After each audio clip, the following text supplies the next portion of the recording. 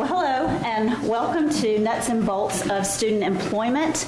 We're going to talk today about high impact practices in student employment, best practices in the different areas of employment. And your role as supervisor is key to the development of our students. Their experience here in their workplace determines a lot about what kind of employee they are after they leave us here at Elon. So thank you for all that you do. We're going to talk about different impacts and different practices, and while our presenters might represent different types of contexts and their scope might be different than yours, the basic tenets and components of student employment practices are the same. So we'll talk about those components at the very end as well. I'm going to introduce those that are helping us today. So covering recruiting will be Debbie Norris. She's the Associate Director of Campus Recreation. Unpacking orientation and onboarding is Laura Royo, and she is the Associate Director of Residential Education. Helping us to understand all the opportunities available for training will be Scott Hildebrand. He is the Assistant Director of TLT, Teaching and Learning Technologies. I was trying not to use the acronym or the initialization. Okay, leading us with peer leadership and mentoring will be Bob Frigo. He is the Associate Director of Kernodle Center for Service Learning and Community Engagement. This is a really important subject. The session on Friday, for those of you that will be attending, will be somewhat of a continuation of this particular subject. And so he's going to catalyze some of our thoughts. Evaluations. Henry Walling, Assistant Director of Campus Operations, will wrap us up by explaining to us and uncovering for us some of those practices with evaluations that really provide forums for growth and reflection for our students. All of these very important components to student employment, and your impact affects our students' experience. So thank you for being here. At the end, we will have questions and answers, but if you're like me, sometimes I need to pen my question as we're going along, so I've provided pens and index cards at your table. So if you'll feel free to write your questions down, and we'll get to those at the end. And again, that part of the session will not be taped. So we're going to get started with Debbie. Hey, Debbie!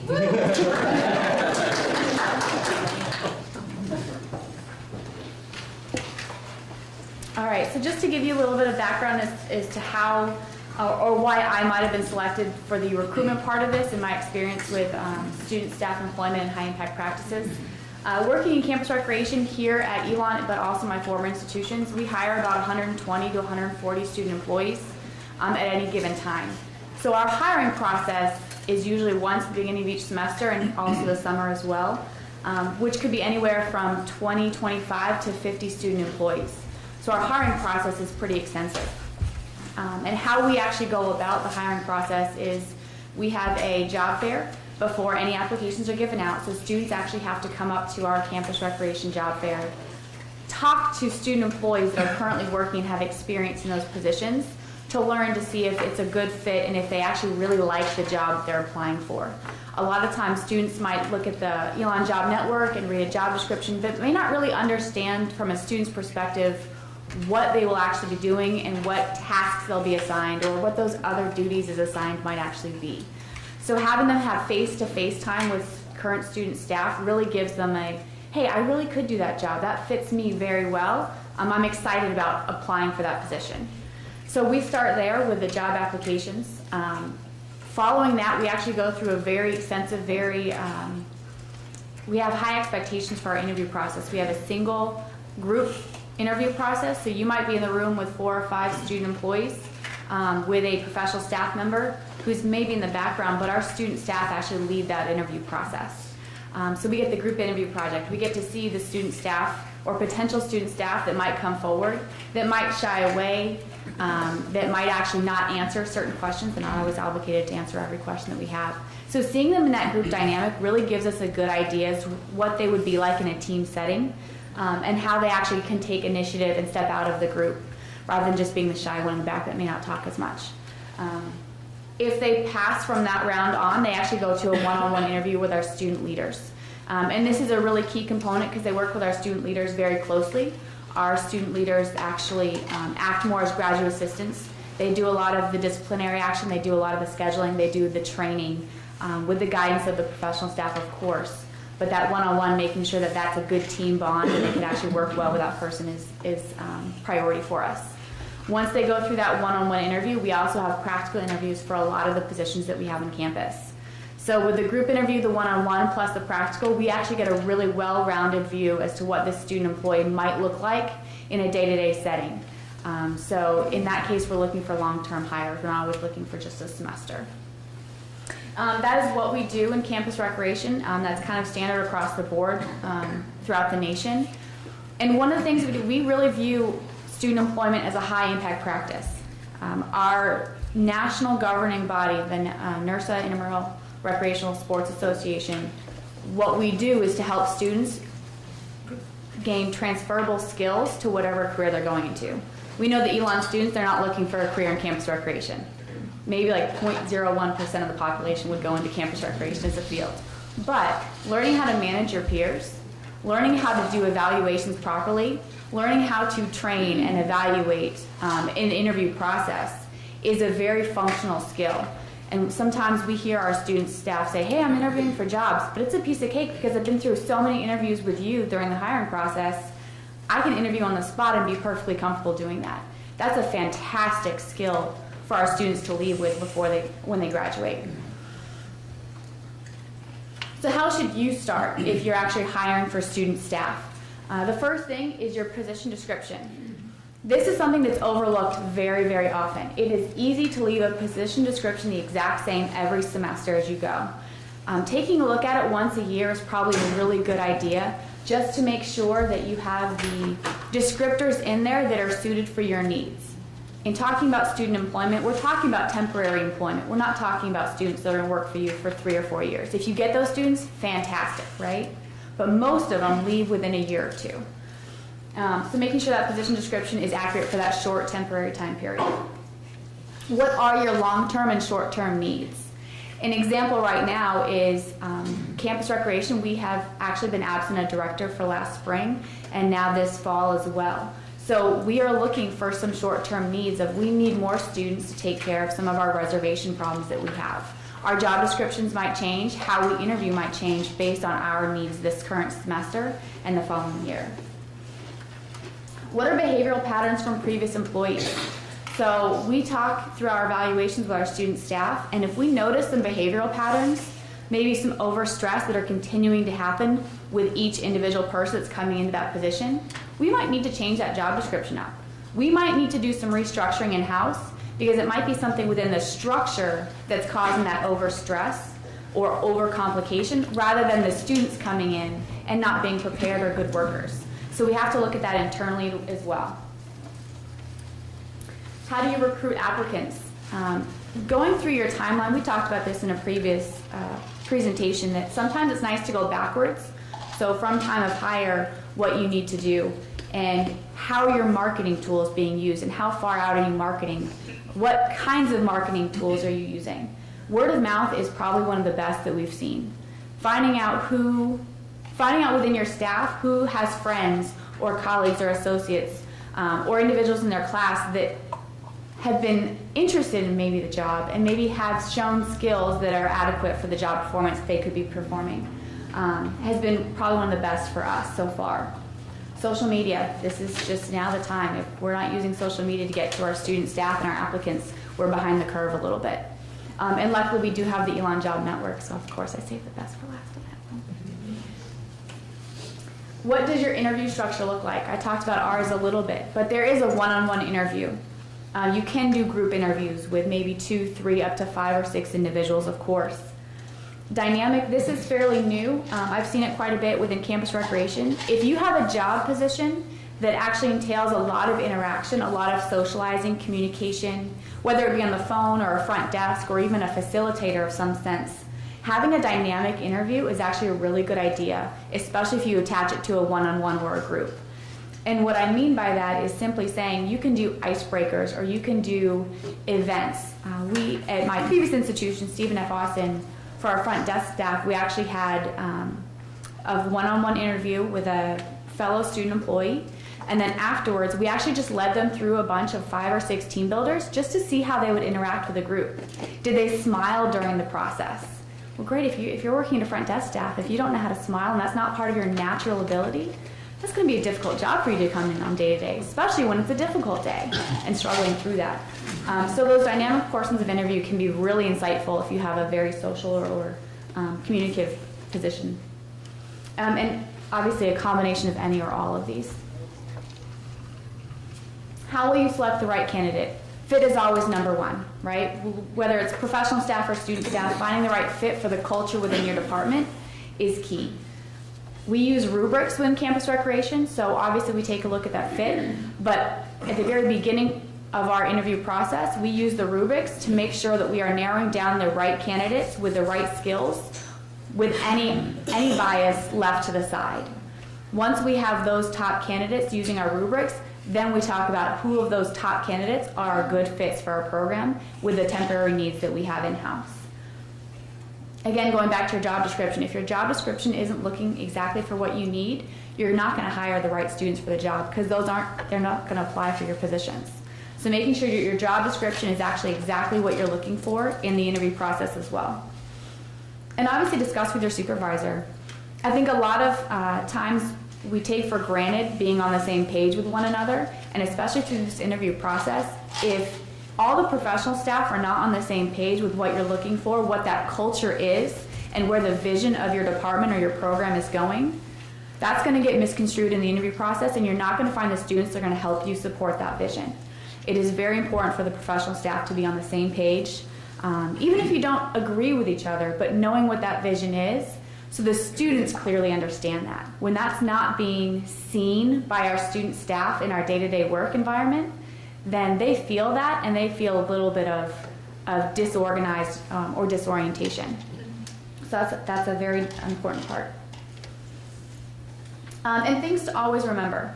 We are a higher ed institution, so student development is priority. No matter what position there is on campus, whether it's just making copies, sitting at a front desk, working in the fitness center, being a personal trainer, being a team leader, whatever that might be, we are hiring students to help them get better as individuals, as student employees, and hopefully as future colleagues, correct, no matter where they go.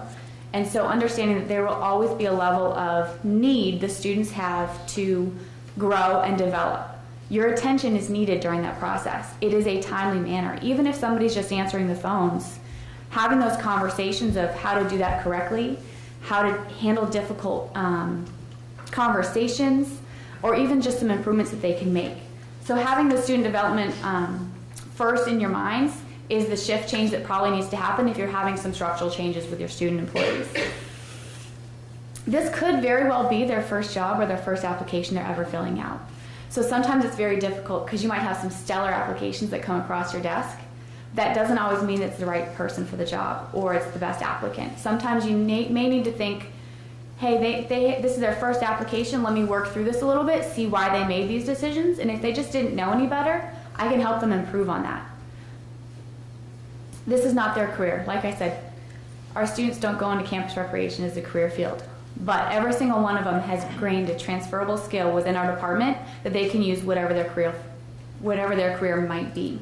And making sure that on a daily basis, we're just kind of remembering that a little bit, because sometimes it's really hard to have student employment be a top priority for these students. They've got academics, they've got organizations to be a part of, and if we can help remind them that this may not be your career field, but you will become a better leader if you help with these skills. If you grow yourself as an individual, then you can be better leaders wherever you might go.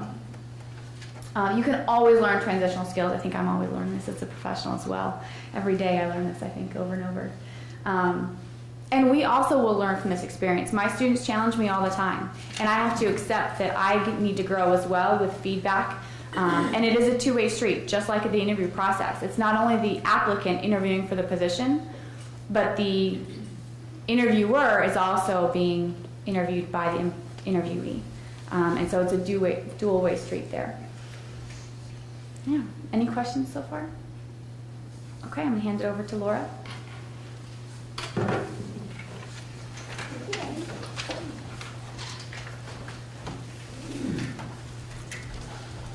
everyone. Laura Arroyo, Associate Director for Residential Education. I see some familiar faces in the room, and some of you I don't know yet. So why was I asked to talk about orientation and onboarding? So residence life, when we talk about high impact practice, I think of residence life as a place where students are our high impact practice. There's no way that we could work in residence life without the students that we have. I would say in many ways we're a student-run office. And there's a few of you faces that I see of offices that are similar in some ways to ours in structure, that you know that if you look at the core aspects of your position or in your office, that there's just things that couldn't get done if you didn't have the staff and the student staff specifically to do that. So orientation, I'm talking about orientation and onboarding. And I think those two words get thrown around a lot, and then also training gets brought into that as well. And so when I talk about orientation or I talk about onboarding and the differences between those and training, I think about all the stuff that happens after you hire someone. So after you send that email or talk to that student and say, we have hired you for this position. And then there's the question of, and then what? So for some of us, that means that you may not talk to that candidate again for a few months, right? So if you're thinking about when you're hiring someone, for residence life, for example, resident assistants, we have 99 staff members that we're hiring for any given year. So we have 99 staff members that we hire for every year, and those are hired in this academic year. Those folks will find out about their position and whether they're accepted for the position at the end of January. They don't start that position until the fall. So the question that you should ask yourself is, what about that quiet time? What are you doing between the time that you are saying, we want you, we love you, we want you for this role, and then they actually begin? So the question I'll ask you is to just think back to maybe when you started Elon, and that day you found out that you got this position, and then all the quietness that might have happened for you between then and when you started the actual position. Because we focus a lot on the training, but the training starts day one, right? But it doesn't have to. With onboarding and orientation, you can do a lot of things to kind of keep them interested, keep them motivated, keep them connected to the role so that they're doing work before they even get in the door. And that will help you feel like they're better trained and a better student staff member in your office. So I call this rolling out the red carpet. So we do a lot in the day of hiring, right? We make these promises that we want these students, you're going to have a great experience, this office is like a family, we care about you, and then we call this rolling out the red carpet to find out that it's brown on the other side. There's this quiet point where there's just nothing. So if we say, we care about you, you're so wonderful, we can't wait for you to start, and then you get back to your job because you're busy people, and then they don't hear anything from you for 3 to 4 months, that doesn't feel like a family, right? So what are the little things that you can do to keep your candidate interested along the way? Residence Life does a lot with swag. We call it swag. So we do little things, people love getting things, right? They love getting mail. They love getting an email. They love getting that personal phone call. It doesn't have to be expensive. Also, your office may have t-shirts or swag that you have within your office that you can give out to these folks along the way to keep them motivated and interested. Debbie talked a little bit about this as well, but I always create a timeline and work backwards from that timeline. So when we're thinking about training, if your head is at training and you're not thinking of anything in between, you're missing a lot of key points in time that is very helpful. So we talked a little bit about orientation day versus the actual training. So for residence life, for our RAs, we have the actual day of training, which starts in August. But we do all sorts of things in between that time. We have a full module system that we've created, which is all through Moodle. And it's all these different training modules that they kind of go through along the way. We also try to provide them their manual ahead of time. We provide them their training schedule ahead of time, helping them be prepared as much as they can. We also have an orientation day in the spring. And that's a time to pull everyone together and for them to meet each other. This is very important if you're hiring a group of students. So if you're only hiring one, they just maybe need to meet with you. But if you're hiring a group of people that might be working in your office all at the same time, it's a great way for them to start forming that family. So I wanted to show you an example of one of our Moodle documents, and please, it's terrible. It's me. It's terrible. It's great. My staff member did it, but it's me, so it's a little embarrassing. But please take a look. Hello, RAs, and welcome to the resident assistant position for 1415 for Residential Education at Elon. And within my role, I oversee the resident assistants and the assistant directors and living learning communities. But specifically, I'll be working with you all through RA training. The RA position is one of the most difficult and rewarding leadership experiences on campus. Being part of this exclusive group sets you apart from your peers and provides you unique and life-changing moments that you will never forget. Your residence life team will become your family, your support system, lifelong friends, and much, much more. It is truly an experience that will change you as a leader, as a student, and as a person. This year's RA training theme has been specially crafted by your professional staff team to be engaging and fun, while also providing you the tools needed to build a committed and cohesive community for your residents. The theme of training this year is Rise. College life is as much about life in college as it is about life after college. How will you So I'm not going to show you the whole thing, but this is the first introduction that they had to residence life as a cohesive group. So when you're thinking about messaging, if you're going to have 3 staff join your office, what message are you providing to one that can be consistent for all? And the way that we decided that we needed to do that, if I provide a message, that's going to look a little bit different than maybe Debbie provides a message. So if we have one module or one example of what the message we're trying to share, it allows us to continue to have the same message. So they actually did this piece. They received this in July. And that's more about our timeline, but our goal this year is to have those things out to them probably April or May. So our theme that year was Rise, and so what we did is worked within this video to help them connect the dots of what that meant for them. The other thing, this is a plug for Nancy. There's lots of things that you can be doing that will keep you busy between the time of we hired you until the time that they actually begin, and a lot of that has to do with the HR paperwork. If you're working on those things ahead of time, or if you're waiting until training day, they're already behind the 8 ball if they're waiting till training day. So think about what you can do in the downtime. Maybe? Nancy, click the screen. Maybe not.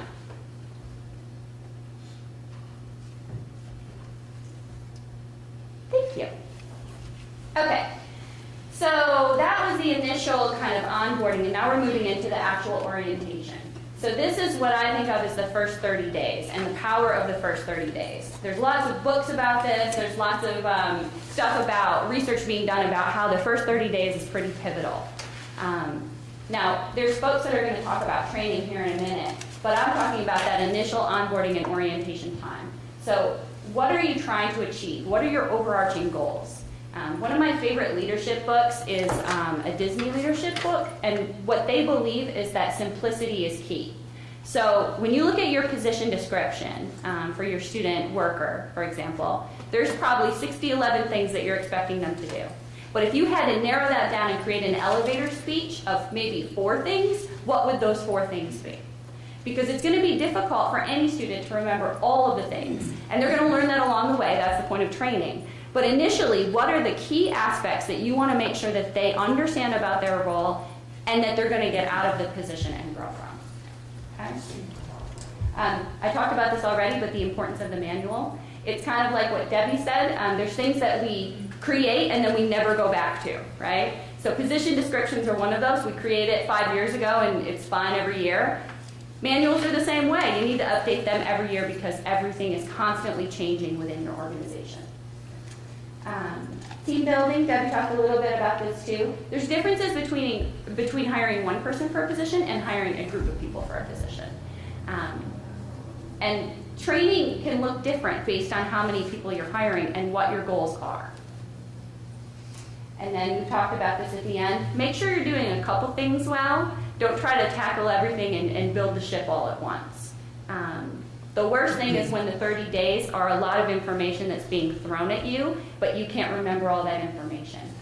And I'm sure all of you have sat through trainings where instead of an hour like we're doing right now, you sit through a 3-hour training, but you remember the first 15 minutes of that training, right? So think about your messaging and what you can provide right away that is the same common message so that they get it and then also feel connected throughout the rest of training. Any questions? Okay. Thank you.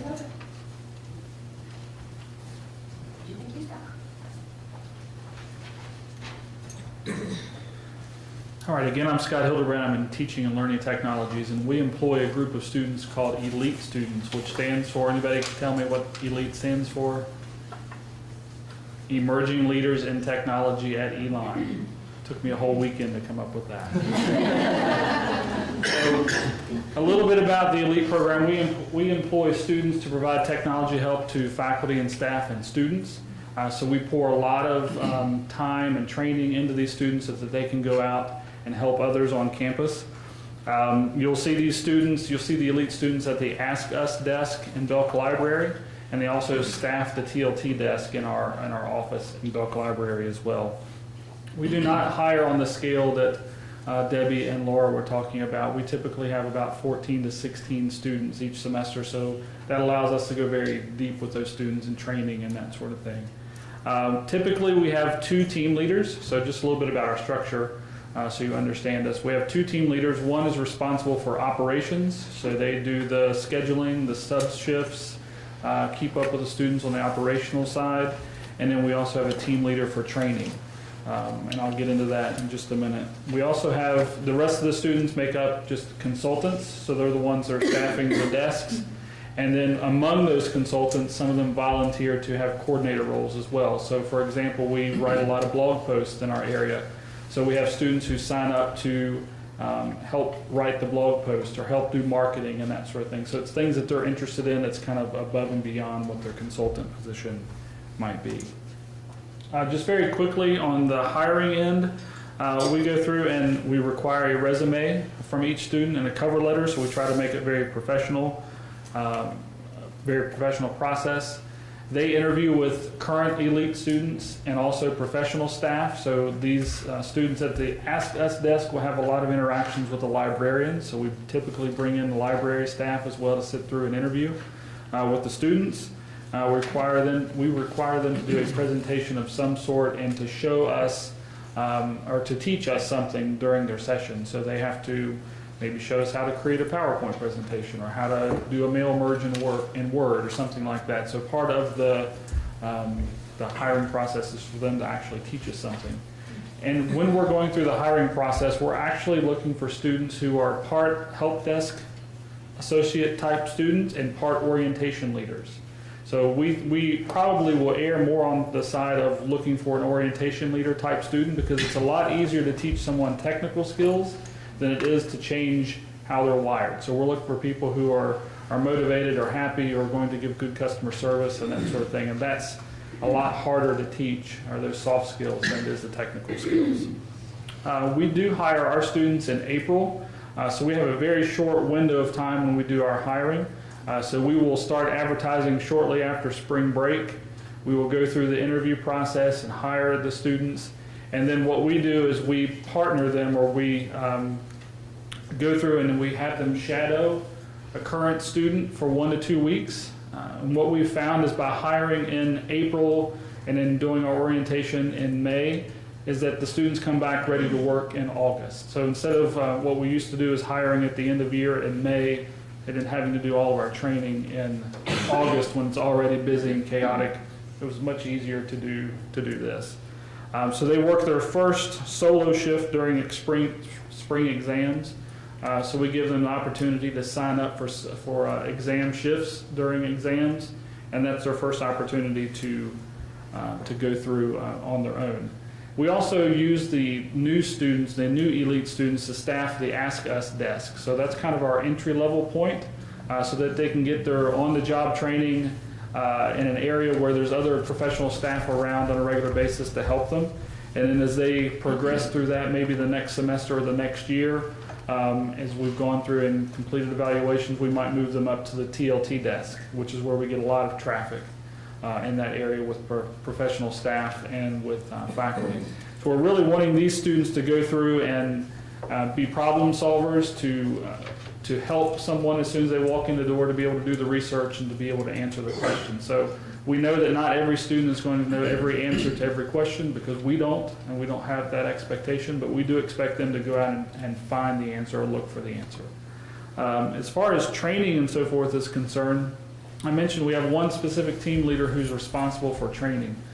So what that team leader will do is every 2 weeks, they will go out and look for a different piece of software. So maybe it's PowerPoint we're focusing on, and they'll go through, and we use lynda.com. If you're not familiar with lynda.com, that's a subscription service we have here at Elon. It does all kinds of technology training, and we use that very heavily. That has alleviated some of the pressure on us because we used to have to go through and do all the training ourselves. Now with lynda.com, it's 365, 24/7. They can go at 3 o'clock in the morning and watch Lynda tutorials if they want to do that. At the end of the 2 weeks, they have an assignment due, and the assignment is graded, and we meet with the student if they did not meet expectations and help them through it. So we do have regular ongoing assignments that the students are responsible for. And Lynda is a huge, huge help when that's concerning. We also, when the students are hired, try to make sure that there's a base level of knowledge that they have. So maybe it's Microsoft Word because that's what everyone on campus uses. So those new students coming in, they'll probably be learning more of the basics, the Microsoft Office type things. They also have to learn a lot about the printers in the library because they don't always behave properly. They learn those troubleshooting skills on the job as well. We teach them about office procedures, so we'll have some professional staff come in and talk to them about answering the phone and how to transfer the phone. Phone etiquette, providing good customer service on the phone, to always smile when you're on the phone because the person on the other end can hear you smiling while you're on the phone, so we try to encourage that as well. And we use the technology wiki to post a lot of documentation in there so that from year to year it's consistent. So when we go through and talk about a plan for training, the next year's team leaders already have all that information. So using the technology wiki or some space that you can keep your documentation from year to year helps with consistency, so you're not always having to retrain and remember what did we do last year and then make it up again. So some of the best practices I would share with you all today is to let students lead. I pour most of my time into the team leaders that we have, and then they in turn spend their time with the consultants. So I am really overseeing just a small group of students, so 1 to 2 students that I'm investing my time in, and the others are stepping up and leading. So they appreciate that. It's a real world type of experience that they're getting in that environment, and that's been successful for us. Also setting high expectations and holding them accountable to those expectations. So we do have evaluations that we go through to help hold them accountable. We set a high bar for them each semester, and they know that they can go out and learn new software skills on their own as well using Lynda, not just what we're kind of prescribed in the training. A clear disciplinary procedure and policy is very helpful. So if you don't have one of those, I would encourage you to have one, especially since we're letting the students, the team leaders, handle all of those responsibilities. It takes the burden off of the team leader of having to go through and decide whether what they did was right or wrong. It's spelled out, it's black and white. The students, they understand what the difference or what the expectations are, and we can hold them accountable to that. So that's something that's really helped our team leaders to be better leaders as well. I mentioned develop policies and procedures for consistency so that you can reuse those from year to year. The technology wiki is actually where we hold those documents for us. Find out the students' strengths and their interests and their passions. That's where it goes back to. They're not just doing a technology job. They may be interested in social media. They may be interested in marketing. They may be interested in writing. So we're able to find out what they're interested in and then apply their skills to those different areas. And the students step up, they volunteer for that, and they get a lot out of it. They enjoy it as well. Give students a place to communicate. We also have a Moodle course that they can go into and post to the discussion boards. They can answer questions there. We use Facebook, a place where they can just post questions and interact with each other because they may not always see each other on a regular basis, which we try to promote as well. But give them a place or a space that they can go and ask questions and interact with each other. And then also, I would say get students together often. We have meetings, staff meetings every other week, and then we have a big monthly meeting as well where we try to make it fun. So we'll have some sort of activity or something for them to do where they can go out and have some bonding time with each other. We also show off their work and read out any accolades they may have received from any professional staff or students who've left feedback for them. So showing those sorts of things in meetings and getting them together on a regular basis is very helpful for us as well. So that's all I have about the training part. Like I said, lynda.com is available to you as well. And that's an excellent source that you can point your students to if they're having to do Microsoft Office type skills in your office. That's something that takes a lot of the burden off of you to do the training for. So I'll be happy to answer questions at the end. So thank you very much.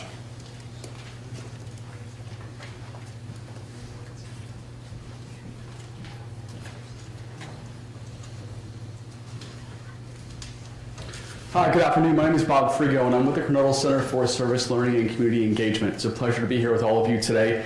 Nancy had allocated 10 minutes for my session, but we actually found out yesterday we're being recorded. So after I struck the questionable content, I'll be down to about 3 minutes for today. It's just a brief joke.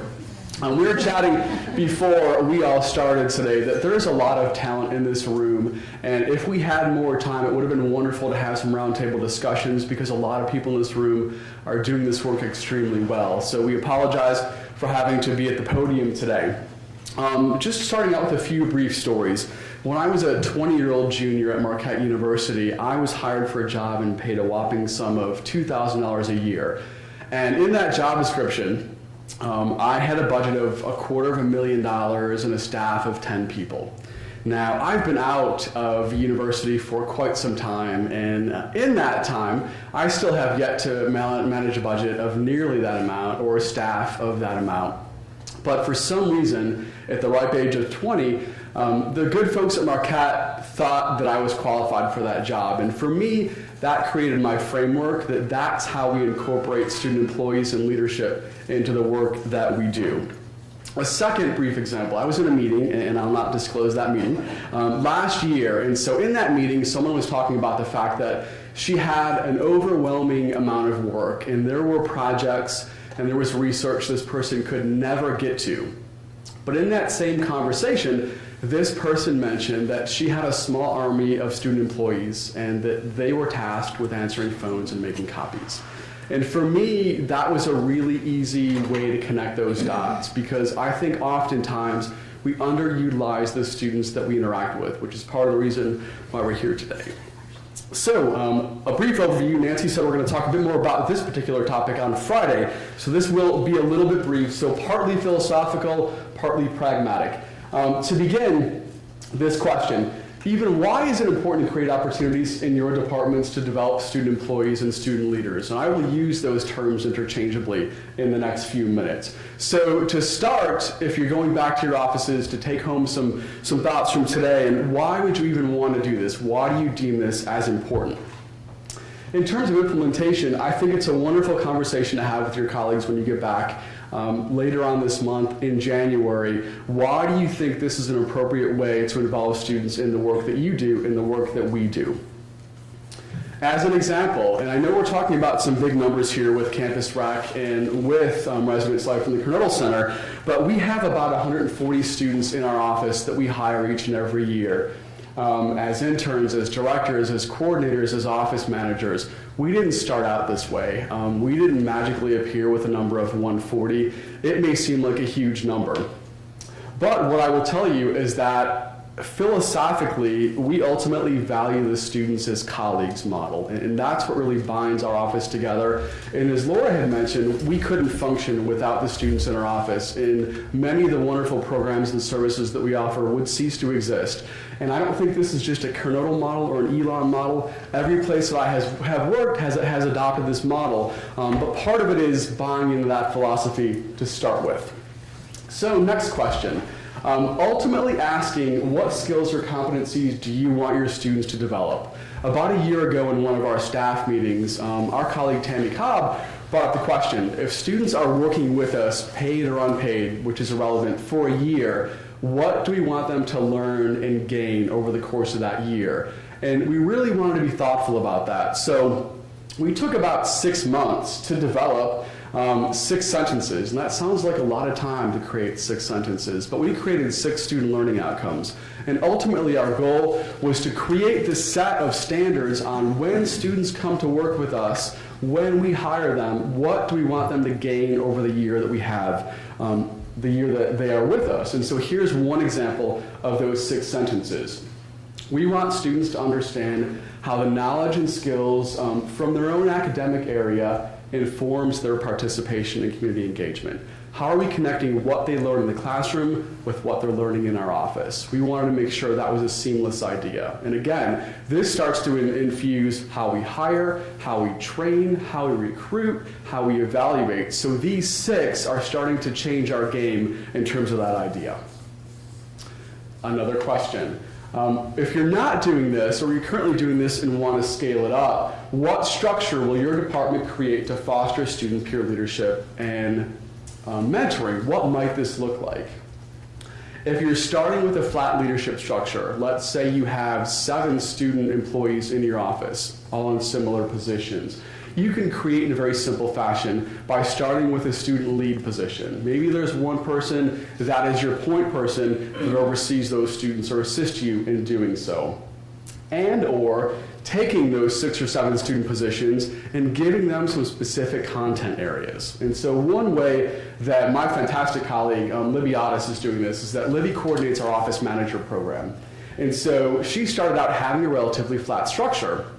What she's done in the past few years is that she has a head office manager now. And so Allie helps coordinate the hiring for the new office managers, helps coordinate their training. And so Allie serves in that capacity. She also has specific roles dedicated and delegated to her other office managers.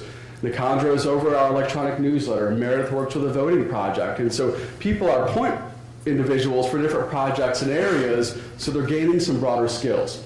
And I let Libby know that I was going to give her a little bit of sunshine in this talk today, and she said, I want to be very clear. She said, I'm doing what I'm doing because I talked to Henry, because I see what Laura's doing, because I see what Debbie's doing. And I think the wonderful thing about all this work that's happening is that we're borrowing from each other, and that's in part what we're encouraging all of you to do today. As we're winding down, how might student mentoring take place in your department? You could really do a simple structure. This doesn't have to be a monster in terms of the framework that you create. You can involve staff and faculty and or veteran student leaders and employees to help mentor other students. And as an example, in our office, our professional staff mentor the interns and the directors. We involve our 3 student interns in a weekly staff meeting, and we're talking about big issues and big challenges, and they help us problem solve. I meet with my student directors every week, and you know, very simply, on our weekly agendas, I have their personal and professional goals that they tell me they want to discuss over the course of the year, and we work on that. So it can be a very simple thing. Our student interns mentor our student executive board. Our student directors mentor their student coordinators. Our professional staff and head office manager mentor the office managers. So a whole combination of involving key student leaders, new student leaders, professional staff to offer mentoring opportunities. And so I'll now turn things over to my colleague, Henry. Hello, everyone. So I did talk about the evaluation and the feedback process. This can actually, as a supervisor, this can be one of the more stressful points when it's coming through. If you actually supervise professional staff, we have to do this, or actually everyone inside this room has to actually get a yearly evaluation, which we actually just got that email from Ron Klipsick the other day, saying that process is due at the end of January. But evaluations for student workers are just as important as evaluations for yourselves. But there's several key components that we actually want to talk about when we're kind of doing the evaluation, because it's not just evaluation, it's also that's kind of like a score you give them. More important information you give them is the feedback about what they're doing or how they can improve or what they're doing extremely well.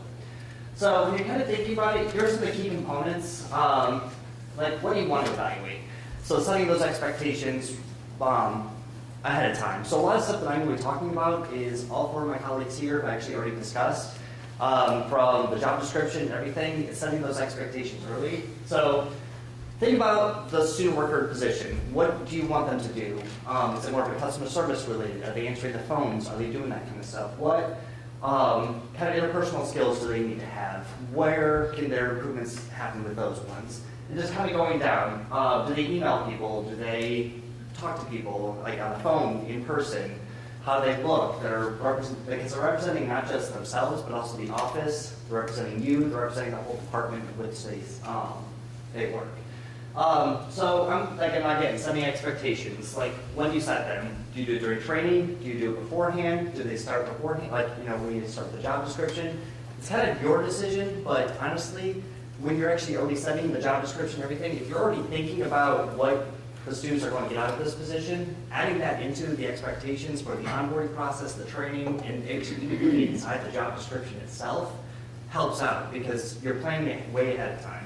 Like, when I actually post the job for the front desk position, I have 30 student employees, I have 5 managers, and 25 regular student staff. But when I post the job, I actually put the expectations of what I'm looking for right up front, and I talk about it early. So, kind of looking at the annual performance cycle, this is where I'm talking about, like, setting the plans. Where do you begin? Where does it end? And it's always an ongoing process. Sorry, that blue is a little hard to see, but like, the first step is usually like the performance and setting expectation setting. Sorry, these kind of run through. But clarify your expectations. Let them know up front what they're going to be evaluated on. So, like, your customer service, how are you going to do that? And also show them how you are actually going to evaluate them. Even given those steps earlier. Establish annual goals. What I do with my student staff is at the beginning of every semester, or every academic year, I give them like a piece of paper. I have them write out 3 professional goals that they would actually like to accomplish by the end of the academic year. Be it resume, like I want my resume better, I want to improve my interview skills. So all this information that you gather from your student staff, especially if you have smaller groups, can help out the evaluation because you can actually track the progress, and it also helps you out too, going through what my colleague said earlier. Where can you help out with the students' development? Yeah, ongoing review. A lot of people think with the performance evaluations that it's just the end of the semester or end of whatever the cycle is, but feedback can be happening all throughout the semester. A book that I read when I was an undergrad, when I first actually got a management position, was the 60-Second Manager.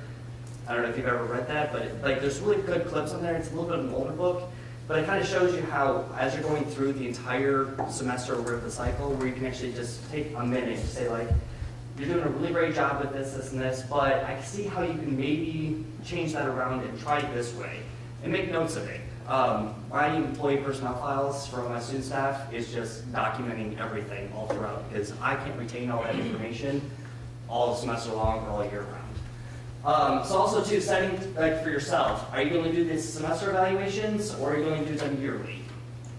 Changing your expectations, how do you actually do that? So think about yourself about how and like how often you want to do these. So the who and the how. So who are you evaluating? How are they going to be doing it? For my staff, I actually implement something called 360 evaluation, which I know the Residence Life does as well, and some other organizations. That's very time consuming, but it's the best type of feedback. But when you're doing the evaluation, decide how you're going to do it. So the who. So I do self-evaluation, because self-evaluations sometimes are really important. How do you think you're doing at your job? This is how I think you're doing. Let's compare, let's talk, because it's actually good starting points. Do they do peer evaluations? Like for my staff, they have to do a peer evaluation. So I have my managers, they evaluate student workers, but then I also have student workers evaluating themselves. So it's actually multiple directions. Because the Mobility Center is open over 130 hours a week. I can't be there all the time to supervise everything or know what everyone is doing because I like to sleep or have a social life as well. So I rely heavily on my student managers and their peers to kind of keep everyone in check because it kind of increases the accountability within the department because I rely heavily on my students and they're putting the face to the university. Because a lot of times, guests that we have at the university, admissions tours, they're the first people that they talk to. So we want to make sure that's up. But also with the supervisor, like I said, are you doing the evaluation? Are you having one of your managers do it? This is also a good opportunity. Like I meet with every single one of my student workers and do an evaluation every semester. But what I also have them do is I have them evaluate me so I can get that feedback from them because it's an ongoing process. How can I be a better supervisor for them? What things do I need to actually increase and how they're going through? Then also too, gathering all that information and actually like getting an idea, being like, okay, well, it looks like everyone is saying that I need to actually be a little more visible. Okay, so maybe it's not just, maybe that's what I need to do. Or also too, if you're actually noticing a trend amongst the staff, like sometimes like, okay, a lot of them are actually having low points on their interpersonal skills about the written emails.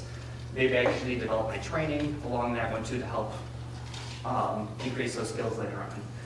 So another big important thing is moving on is what does the form look like? I put up a couple examples. This is actually the top one. That's the evaluation form that I use, but that's actually only one page of it because my evaluation form is actually 3 pages long and it's kind of numbered through. This one on the bottom right is the PACE evaluation form that Renee Jackson sends out. Looking at the form, this is where you actually kind of set those expectations, like the expectations that you set earlier.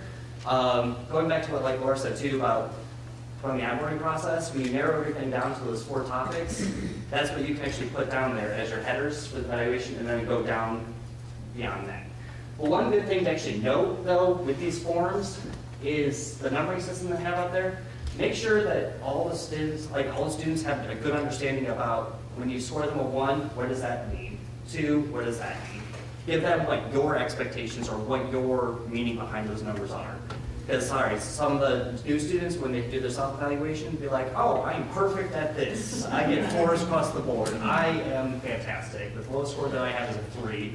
And then they look at mine and I'm like, no, you're actually a 2, 2, 2, maybe 2.5. So kind of like setting that up front, especially if your managers or your peers are actually going to do the evaluations, make sure that you're setting that up front as well.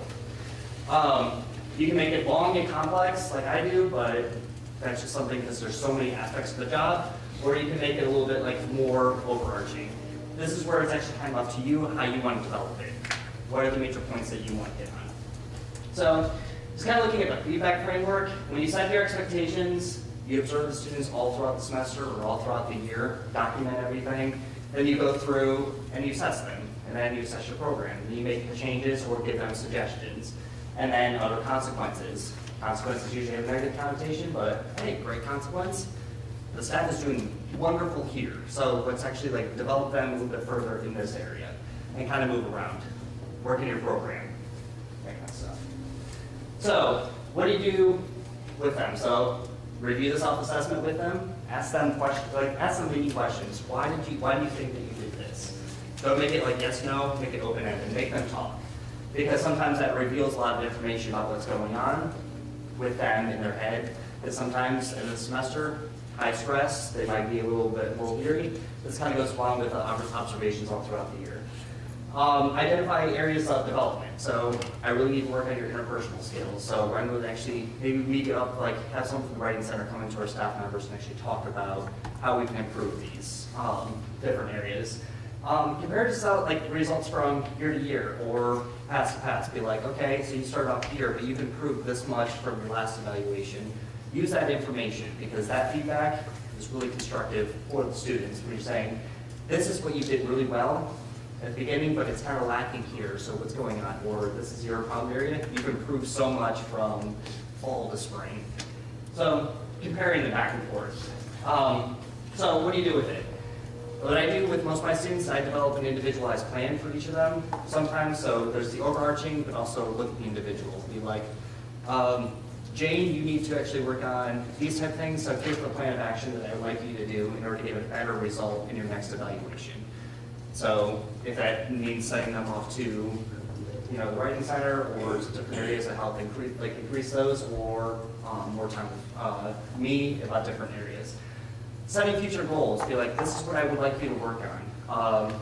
I can potentially see you being the manager, so if you actually were interested in that position, I need you to work on this, this, and this in order to be even considered for it. So kind of give them expectations to set for themselves for the future. Because that also shows that you're investing in them. From my experience, when you actually show that you're investing in students, giving them individualized projects or anything, they actually are more invested within the department and they tend to work a lot more, better for you. Student workers here on campus, after 2 consecutive semesters, so fall in the spring or spring in the fall, they qualify for up to a 25%, like a 25-cent raise. You don't have to give them that whole part, but with the evaluations, that's a good way to determine, like, okay, well, maybe you get 5 cents this time, but maybe you get the full 25 cents because you've just done a fantastic job. For me, like considerations to be promoted to manager, or sometimes termination. That sounds kind of bad, but after like two really poor performance evaluations, they get put on probation after the first one and terminated after the second one.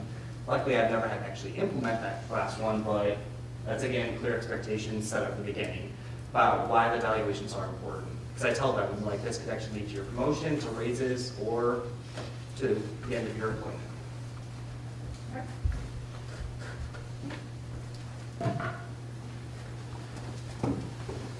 Thank you guys for sharing your processes and best practices in all these areas. I thought what I would do at the end is just talk a little bit about the components are the same. Basically, it's a summary, and I'll just quickly go through this so that we can get to your questions. All right, recruiting. It's really important, guys, that you do a needs assessment. It's easy to say, I need a student worker because things are hectic and that you have a lot of work. Really think through what are your needs. What are your time needs? What kind of, what types of skills and knowledge and abilities does this person have to do this job? So your needs assessment. So start with you. Job description is clear and begins with the end in mind. What does a successful student in this position look like at the end? Define those behaviors. And make sure the process is fair. Part of the reason we have the Elon Job Network is that we have told students and parents that students have equal access to jobs. And so we want to make sure that our processes are fair. Orientation and training, as these guys mentioned, performance expectations are set and stated. Onboarding provides a complete overview of environment, job duties, and incentives, and opportunities exist to further professional development as it relates to the job. Can be incentives for increases in pay, position, etc. Leadership develops student learning outcomes. Again, that's starting with the end in mind in some ways. Academic connection. We're going to talk a little bit more about that on Friday. But if we can make a very comprehensive program for our students, then we're going to help develop them into great professional employees as they leave. And structure to support mentoring is very helpful. Think about how, if you have one student, it does look different in terms of mentoring, but there's still mentoring components that are necessary for your student. Evaluation, it needs to be connected to the entire process. That's what Henry started out with. He said, this connects from the very beginning. Goals, expectation, consequences clearly understood, ongoing feedback, and self-evaluation. Okay, I want to make sure, sometimes this seems overwhelming because you may have one student. I want to make sure that you understand that these resources are available to you. Collaboration with your colleagues is necessary when you're working with student employees. Why duplicate or replicate a program? Why not use what's already there and available? I'm going to go to the last thing on the list, which is a Moodle. TLT, Teaching and Learning Technologies, where the assistant director is Scott Hildebrand. Felt a little bad about that earlier. Has created for us a Moodle link. It's titled Student Employee Supervisors. I will send that link to you once it gets a little more formalized. And I would love for you to share your resources there. Ask questions there. Perhaps we can include the questions that you're getting ready to ask now. The Elon Job Network I mentioned, it's really important that we use that resource for students so that we can provide a fair process.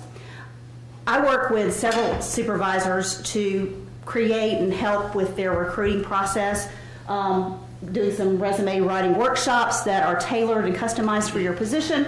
Mock interviews, our office can do those for students prior to being interviewed by you so that they understand what you're looking for, the body language, the communication skills necessary for those interviews. We can help you with paperwork and payroll. We do have a new work agreement process. If anybody has questions about that, feel free to get in touch with us. There is an orientation available to students, and I have some flyers for that. Sometimes if you don't have large groups of students, it's hard to sit down and go through everything. I can do that for you if that's something you're interested in. What that provides for you is a third party to cover workplace expectations. So it's not necessarily first coming from you. They can understand that tardiness or what punctuality means in the workplace. They can understand what understanding the dress code means.